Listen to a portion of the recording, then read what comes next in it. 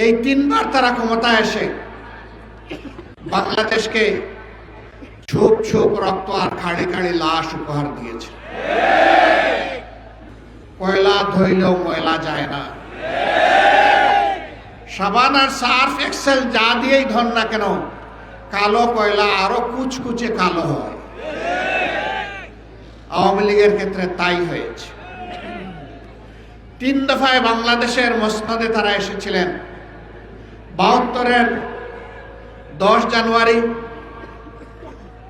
আবার এসেছিলেন 96 সালের 10 জানুয়ারি, এরপরে তারা আবার এসেছিলেন 2009 সালের 7 জানুয়ারি।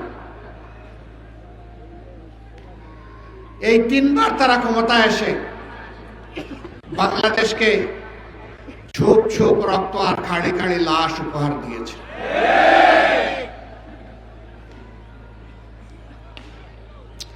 ছিয়ানব্বই সালে ক্ষমতায় আসার আগে হাত জোড় করে তারা জনগণের কাছে ক্ষমা চেয়েছিল। অতীতে আমাদের দল বাংলাদেশের জনগণের সাথে যে অন্যায় আচরণ করেছে, যে জুলুম করেছে, আমরা বিনা শর্তে মাপ চাই। একটিবারের জন্য আমাদেরকে আপনারা ক্ষমতায় দিন। আমরা ভালো হয়ে গেছি, এখন দেশের জন্য ভালো কিছু করতে চাই। হাতে তসবি ছিল, মাথায় ঘুমটা ছিল। জনগণ সহজ সরলভাবে ধারণা করেছিল তাদের মানসিকতার পরিবর্তন হয়েছে, কিন্তু না। যখনই তারা মসনদে বসলেন, তারা আপন রূপে আত্মপ্রকাশ করলেন।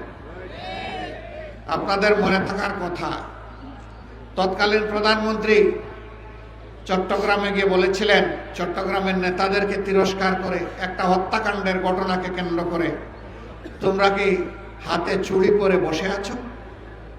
তিনি ঘোষণা দিয়েছিলেন, আর যদি আমার দলের একটা মানুষকে হত্যা করা হয়, তাহলে তার বিনিময়ে 10টা লাশ ফেলে দিতে হবে। এই ছিল একজন প্রধানমন্ত্রীর দায়িত্ব জ্ঞানহীন হুঙ্কার, আস্ফালন। তারা তাই করেছিলেন। সেই সময়টায় খালে বিলে, নদীতে, নালায়, জঙ্গলে, হাটে মাঠে সর্বত্র মানুষের টুকরা টুকরা লাশ পাওয়া যেত। এরপরে জনগণের দ্বারা তারা প্রত্যাখ্যাত হলেন। আবার অস্থিতিশীল পরিবেশ সৃষ্টি করে 2006 সালের 28 অক্টোবর প্রকাশ্য দিবালোকে পল্টন মোড়ে সাপকে যেভাবে মারা হয়, সেইভাবে লগি বৈঠা দিয়ে পিটিয়ে পিটিয়ে মানুষ হত্যা করা হলো। এমনকি বিশ্ব বিবেক আর মানবতাকে লজ্জা দিয়ে সেদিন মাটিতে পড়ে যাওয়া নিত শরীরের উপর উঠে তারা লাফালাফি নাচানাচি করেছিল। এরা কোন প্রজাতি?